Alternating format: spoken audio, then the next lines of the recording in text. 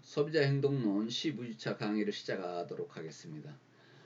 소비자 태도에 대해서 오늘 이야기할 계획인데요. 여기서부터 차례대로 보도록 그렇게 하겠습니다.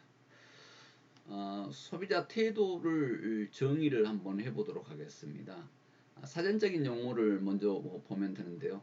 보통 태도라고 하면 몸의 동작, 몸을 가누는 모양새, 이런 것들을 태도라고 사전적인 용어로 정의하는데, 여기에서 지금 소비자 행동론에서 태도는 어떤 일이나 상황 따위에 대해서 취하는 어떤 입장, 이것이 더 가까운 의미다, 이렇게 보면 되겠습니다. 어떤 일이나 상황 따위를 대하는 어떤 마음가짐, 또는 그 마음가짐이 드러난 자세, 마음가짐이 드러난 자세를 태도다, 이렇게 보면 되겠습니다.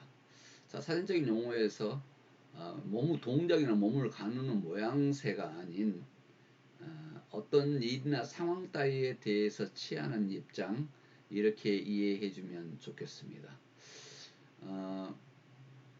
라틴어 에투스에서 유래됐다고 하는데요. 어떤 대상, 그러니까 사람이라든가 어떤 사물이라든가 어떤 사안에 대해서 장기적인 관점에서 우호적이거나 아니면 비우호적이거나 긍정적이거나 부정적으로 반응을 나타내려는 선유 경향으로 정의한다 하는 내용인데, 선유 경향이라고 하는 부분은 사람들이 특정 사실에 대해서 미리 갖고 있는 선입견을 이야기합니다. 그래서 어떤 사람이라든가 어떤 사물, 사안에 대해서 장기적으로 학습된 내용이 우호적이거나 비우호적이거나 긍정적이거나 부정적이거나 하는 것으로 반응을 나타내려는 어떤 학습된 선입견이다. 이것이 태도로 이렇게 생각을 하면 되겠습니다.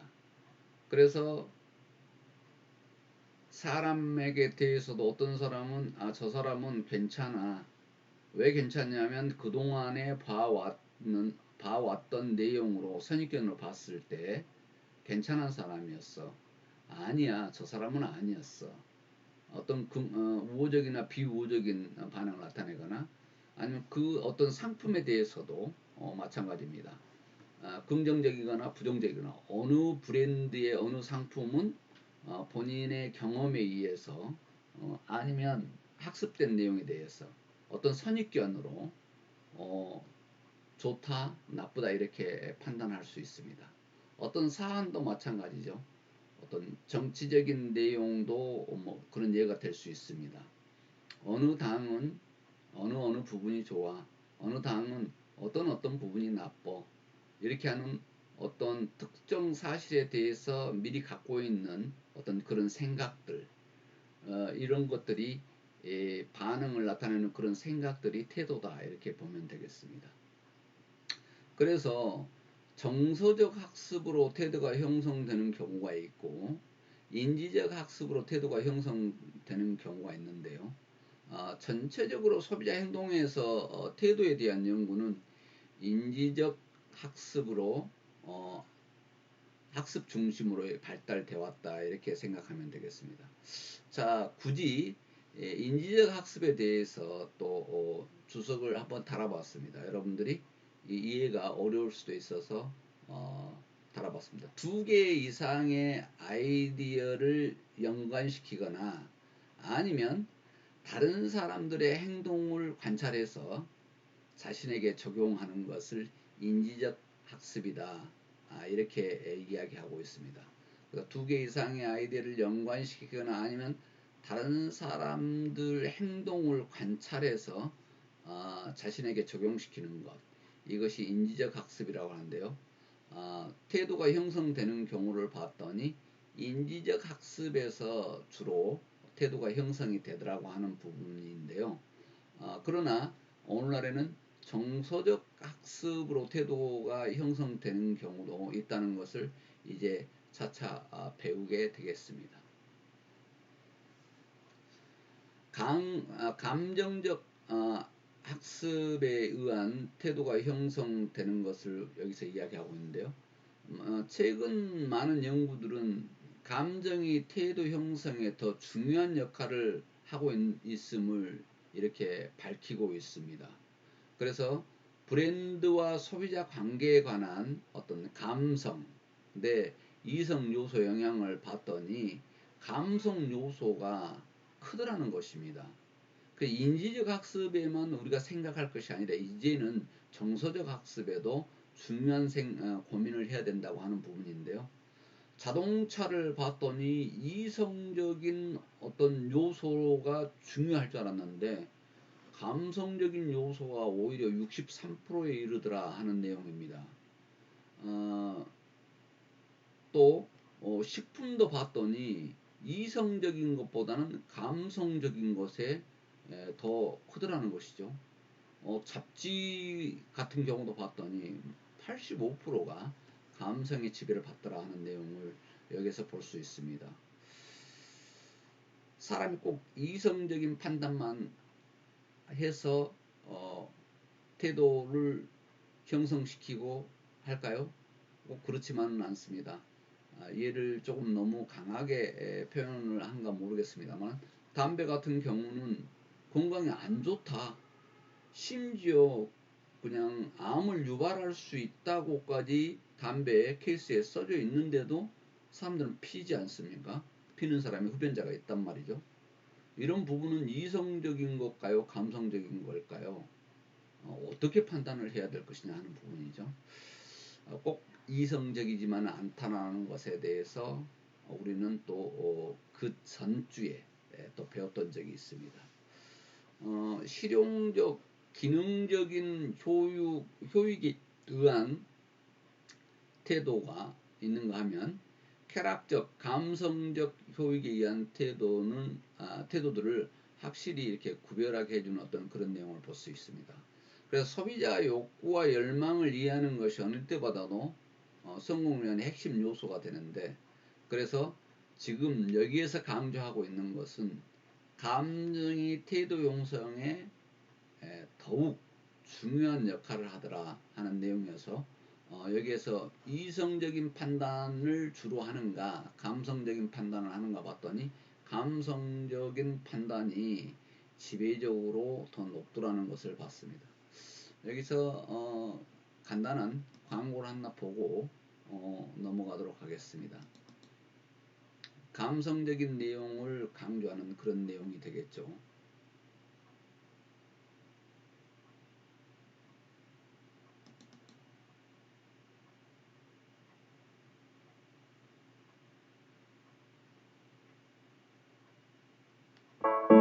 우리는 믿습니다.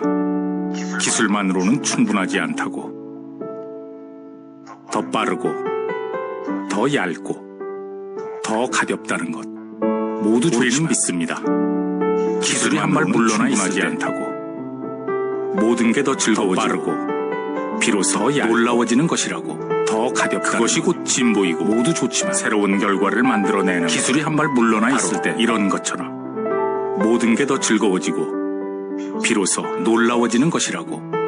그것이 곧 진보이고. 아이패드 광고를 여러분이 볼 수 있었는데요.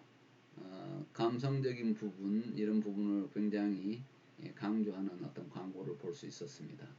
그래서 이성적인 내용보다 요소보다 감성적인 요소가 중요시 되고 있는 그런 것들이 요즘 시기에 발생되고 있는 소비자 행동이다 하는 내용을 여기에서 강조하고자 했던 것입니다. 태도의 세 가지 구성 요소가 어떤 신념, 브랜드 평가, 구매 의도 이걸로 구분을 해볼 수 있는데요. 브랜드 신념은 태도의 인지적, 그러니까 구성 요소가 된다. 어떤 사고죠. 그리고 브랜드 평가는 감정적 어떤 느낌의 구성 요소가 있더라는 것입니다. 구매 의도에는 행위적 구성 요소가 있다고 하는 부분입니다. 자, 일단 소비자는 자극을 받게 됩니다. 제품을 보고 어떤 상황에 부딪히고 소매점에서 아니면 세일을 해서 인적 판매원의 권유에 의해서 광고에 의해서 자극을 받게 됩니다. 다양한 촉진 수단을 통해서 소비자는 자극을 받게 되죠. 그래서 상품을 보고 사야 될까? 아니야, 지금 내가 목이 말라. 그런 상황에 부딪혔을 때 음료수를 목이 마를 수 있는 생수를 사 먹어야 되겠다든가 생각을 하게 되죠. 아니면 소매점에 방문을 하는 과정에서 이런 것들이 필요해. 아니면 세일을 보면서 저렴하게 판매하네, 이때 구매해 놓을까 하는. 아니면 어떤 판매원의 어떤 권유에 의해서 이렇게 자극을 받게 되기도 합니다. 물론 광고를 통해서 받기도 하죠. 이런 다양한 촉진 수단을 통해서 소비자는 자극을 하게 되는데요. 거기에서 구성 요소가 인지적인 것, 감정적인 것, 행동적인 것, 이렇게 구성 요소를 구분해 볼 수 있습니다. 그래서 인지적인 내용은 구성 요소를 설명하자면 특정 속성들과 대상에 대한 신념을 이야기한 것입니다. 그래서 어떤 특정 속성에 대한 어떤 본인의 신념, 이런 것들이 이 구성 요소의 설명이 될 수가 있겠고요. 그 다음에 감정적인 것에 대해서는 감정과 태도가, 대상에 대한 어떤 감정과 태도가 영향을 주기도 합니다. 그 다음에 행동적인데요. 특정 속성들과 대상에 대한 어떤 행동적 의도가 이쪽으로 움직이게 됩니다. 그래서 태도가 형성이 되는데, 대상에 대한 전반적인 태도가 그 구성 요소들의 내용에서 자극을 받고 대상에 대한 전반적인 태도가 형성이 된다. 이렇게 이해하면 되겠습니다. 자, 그래서 세 가지 구성 요소의 어떤 전략적 시사점을 여기서 우리가 살펴보면요. 마케팅 전략은 신념에 영향을 주기 위해서 제품의 특성이라는 이점을 광고합니다. 그래서 마케팅 전략을 짤 때는 신념에 어떻게 영향을 줄까를 생각을 해서 어떤 제품의 특성이나 이점을 설명해서 광고하죠. 또 신념에 영향을 주지 않고 브랜드 평가에 직접적으로 소구하기도 하는데, 그런 경우는 브랜드에 대한 긍정적인 느낌과 감정을 일으킬 수 있는 어떤 상징이라든가 심상을 사용하는 것이죠. 그래서 밑에 어떤 광고 예들이 많은데요. 조금 이따 그 내용을 하나씩 이렇게 광고를 한번 보도록 그렇게 하겠습니다. 세 번째는 태도의 세 번째 구성인 구매 의도인데요. 가격 인하라든가 특별 할인 쿠폰을 제공한다든가 이런 판매 촉진 활동에 의해서 선호하지 않는 브랜드를 사용하도록 소비자를 유인하기도 합니다. 자, 요거 오늘 가격 인하가 심하니까, 근데 그 브랜드를 살려 안 했는데 가격 인하가 심하다거나 아니면 특별한 쿠폰이 제공된다 그랬을 때 마음을 바꿔서 선호하지 않는 브랜드를 사용하도록 이렇게 유도하기도 합니다. 주로 지금 브랜드에 대한 어떤 평가에서 긍정적인 느낌과 감정을 일으킬 수 있는 어떤 상징이나 심상을 우리가 볼 수 있는데요. 광고를 몇 개의만 사례로 이렇게 보도록 하겠습니다.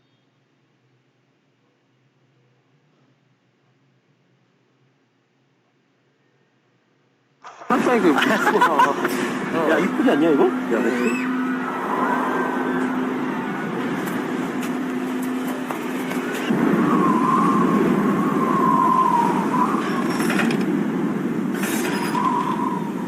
혼자 왔냐? 이런 된 여자친구랑 왔으면 좋았을 텐데 말이야. 어? 찬바람 불 때, 핫초코 밑대.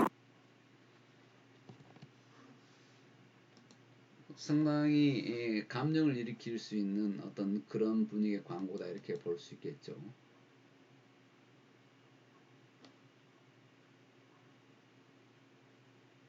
다시 하나를 보도록 그렇게 하겠습니다.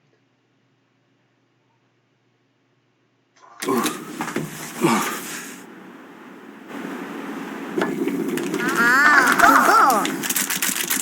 회사 가서 친구랑 나눠 먹어?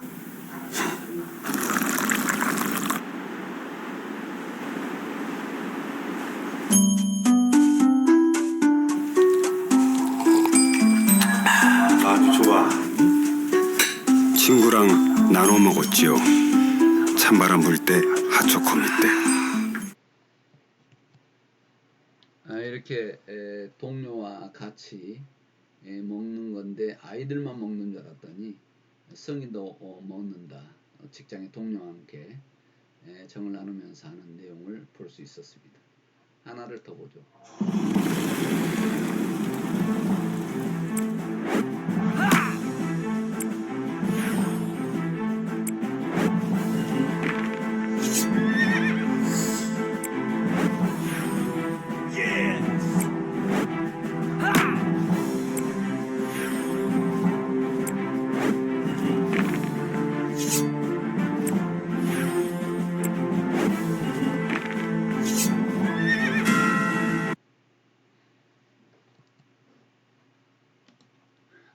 내용들을 지금 2%이 내용을 광고를 하고 했는데 지금 광고 내용이 잘못 잡혔습니다. 이해해 주시고 다시 정리하겠습니다. 세 가지 어떤 태도의 구성 요소를 신념의 어떤 또 감정의 브랜드 평가를 하는데 구매 의도에 이 내용들을 살펴봤습니다.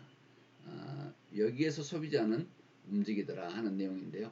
여기에서 어떤 긍정적인 느낌과 감정을 일으킬 수 있는 어떤 상징화 심상으로 브랜드 평가를 하는가 하면 구매 의도에서 판매 촉진에 의해서도 선호하지 않는 브랜드를 선택하기도 하더라 하는 내용을 볼 수 있었습니다. PC바인의 다속성 태도 모델에 대해서 여기서 한번 살펴보도록 하겠습니다. 태도 대상에 대한 소비자의 태도 평가가 그 대상의 여러 가지 또는 많은 속성에 대해서 소비자가 가지고 있는 신념에 달려 있다고 가정을 합니다. 어떤 제품에 대한 속성의 특징, 이것은 뭐 디자인일 수도 있고 성능일 수도 있고 경제성 등 이런 것들은 자동차의 속성을 사례로 이렇게 우리가 볼 수가 있는데요. 자동차가 스포츠카 같은 경우는 짧은 시간에 바로 주파를 할 수 있는 성능이 중요하기도 하겠죠. 그래서 그런 재미로 성능을 드라이브감을 가지기 위해서 스포츠카를 타기도 합니다. 그런데 어느 부분에서는 차가 내 마음에 드는 어떤 이쁜 디자인이어야 되겠다, 아니면 멋있는 디자인을 추구한다 그랬을 때 그런 경우도 지금 디자인에 영향을, 자동차를 사는데 영향을 줄 수 있겠죠. 또한 경제성의 속성에 관심을 가진 소비자도 있습니다. 연비가 얼마나 좋은가에 대해서 지대한 관심을 갖고 상품을 선택하기도 하죠. 자동차의 예였는데요. 기왕 자동차의 예를 들면서 신념에 관련된 내용도 우리가 한번 보겠습니다. 소비자가 특정한 속성에 대해서 지가하는 정도인데 하이브리드 자동차는 경제성이 높다고 지각을 하고 있죠. 도심에서 가는데 굉장히 저연비로 간다고 느끼는데 요즘은 또 전기 자동차가 나와서 더 연비가 저렴한 내용으로 바뀌어가기도 하고 있습니다. 그 다음에 가중치인데요. 소비자에 있어서 속성의 상대적 중요성을 반영합니다. 자동차 구매에 있어서 한 소비자는 어떤 경제성에 가장 높은 가중치를 두는 반면 다른 소비자는 주행 성능에 가장 높은 가중치를 둘 수 있다는 것입니다. 그래서 구매하는데, 자동차를 구매하는데 어떤 소비자는 어떻게 하면 경제성이 있는가를 따져보는 것입니다. 하이브리드 자동차도 아니면 전기 자동차도 구매하는데 고민을 많이 합니다. 전기 자동차가 연비는 적게 드는데 만약에 그 배터리가 다시 오래돼서 바꿀 때 어마어마한 비용이 든다면 혹시 전기 자동차보다는 차라리 하이브리드 자동차를 사는 게 낫지 않을까? 이렇게 경제성에 가장 높은 가중치를 두면서 하거나, 아니면 대형 자동차보다는 소형 자동차가 세금이라든가 통행료, 그리고 여러 가지 연비라든가 경제성이 있기 때문에 이걸 사야 되겠다. 이렇게 소비자에 따라서 다를 수 있다는 거죠. 다른 소비자는 아니야. 나는 조금 일단은 고가여야 돼. 그리고 명품차여야 돼. 이런 사람이 있는가 하면 아니야, 나는 주행 성능이 가장 높은 그런 차를 사고 싶어. 이렇게 해서 중요성의 가중치가 어디에 있느냐, 가중치를 어디에 두느냐에 따라서 소비자는 생각이 바뀔 수 있다고 하는 내용을 여기에서 이야기하고 있습니다. 자, 그래서 굳이 이것을 피시바이 모델에서 공식으로 만들어 봤는데요. 어떤 대상에 대한 태도는 신념의 강도라든가 중요성의 평가, 그리고 부각된 신념의 수가 이 산식 안에 들어간다는 것을 공식에서 볼 수 있습니다. 자, 그래서 마케팅 관리자들은 소비자들이 중요한 속성에 따라서 대안적 브랜드를 평가하는 방법을 결정함으로써 경쟁자 브랜드의 강점과 약점을 비교해서 자사 브랜드의 강점과 약점을 전달할 수 있을 것이다. 이렇게 보는 것입니다. 전반적인 태도는 대상과 연결된 부각된 어떤 신념의 강도라든가 다른 하나는 또 이 신념 평가에 의해서 결정된다고 하는 부분인데요. 좋은 속성을 자사 제품과 연결을 어떻게 할 것이냐 하는 부분을 기업들은 많이 연구를 해야 된다고 하는 부분입니다. 자, 속성 평가를 위한 수단 목적 사슬을 살펴보도록 하겠습니다. 여기서 지금 세븐업을 들어서 한번 사례를 들어본 건데요. 자, 긴장 완화를 위해서 조금 편하게 쉬고 싶은데 무슨 방법이 없을까 해서 무카페인까지 가게 됩니다. 신경에 영향이 없는 무카페인 음료를 먹을 수 없을까 하는 부분이죠. 자, 카페인은 어떤 효과가 있을까요? 우리가 상식적인 내용으로 카페인이 많이 들어있는 커피라든가 예를 들어서 뭐 바카스, 그리고 녹차 이런 것들은 카페인 성분이 어떤 집중력을 더 가중시키고 더 조금 즐겁게 한다 하고 하는 부분들, 이런 것들이 있으면 잠을 안 오게 하는 어떤 그런 내용이죠. 그래서 커피를 먹으면 잠을 못 잘 수 있으니까 적게 먹어야 되겠다 이렇게 생각하는 사람도 있습니다. 긴장 완화해서 그냥 좀 쉬고 싶은데 커피를 먹으면 잠을 못 잘 것 같고, 그래서 신경에 영향이 없는 카페인이 없을까, 그래서 무카페인 음료를 찾게 된다는 거죠. 그래서 하나의 수단의 목적 사슬을 연결시키기 위해서 긴장 완화를 원하는 어떤 고객에게 신경에 영향이 없는 무카페인 음료를 하나를 걸어 놓습니다. 목적 사슬에 연결시켜 놓은 거죠. 그런데 기왕 음료를 먹으면서 건강에 좋은 것은 없을까? 이렇게 생각하는데 건강이 좋은데 나에게는 어떤 것이 좋을까? 그래서 자연 성분이 있으면 좋겠다. 그래서 이 세븐업의 자연 성분이라는 것을 굉장히 강조를 하죠. 그래서 자연 성분은 건강에 좋을 것이라는 생각을 갖게 합니다. 또 지금 소비자는 어떤 수단 목적 사슬에 그래 또 즐거웠으면 좋겠다. 그런데 음식에서 즐거운 것은 뭘까요? 맛이겠죠. 맛있으면 즐겁지 않습니까? 그래서 맛이 좋은 것 이렇게 생각할 수 있는데요. 맛이 좋은 것이라고 하면 어떨까 했는데 그래 레몬 라임 맛이다. 이렇게 해서 여기에는 레몬 라임 맛이 들어있다. 비타민 C가 풍부하고 레몬 라임 맛이 있어서 좋다고 하는 즐거움을 주는. 그래서 속성 평가를 위한 이 수단 목적 사슬을 연결시키는데요. 긴장 완화를 원하는 고객을 위해서 걸어놓고 건강을 생각하는 고객, 즐거움을 생각하는 고객을 이야기합니다. 많은 사람들이 단맛, 짠맛을 중요시하다고 하는데 신맛은 레몬 맛은 상상만 해도 우리가 눈을 감고 레몬을 입으로 지금 입안에 넣어서 먹고 있다고 생각하면 상상만 해도 입안에 침샘이 자극을 받아서 침이 나오기도 합니다.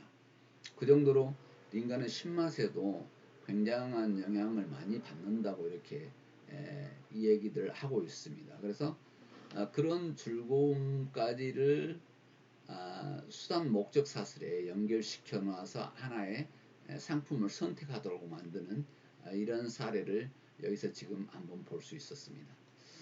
소비자의 행동론 12-1 수업을 비대면 강좌를 여러분과 약속 시간이 됐으므로 여기서 마치도록 하겠습니다. 비대면 강좌 듣느라고 여러분 수고했습니다. 12-2에서 뵙겠습니다.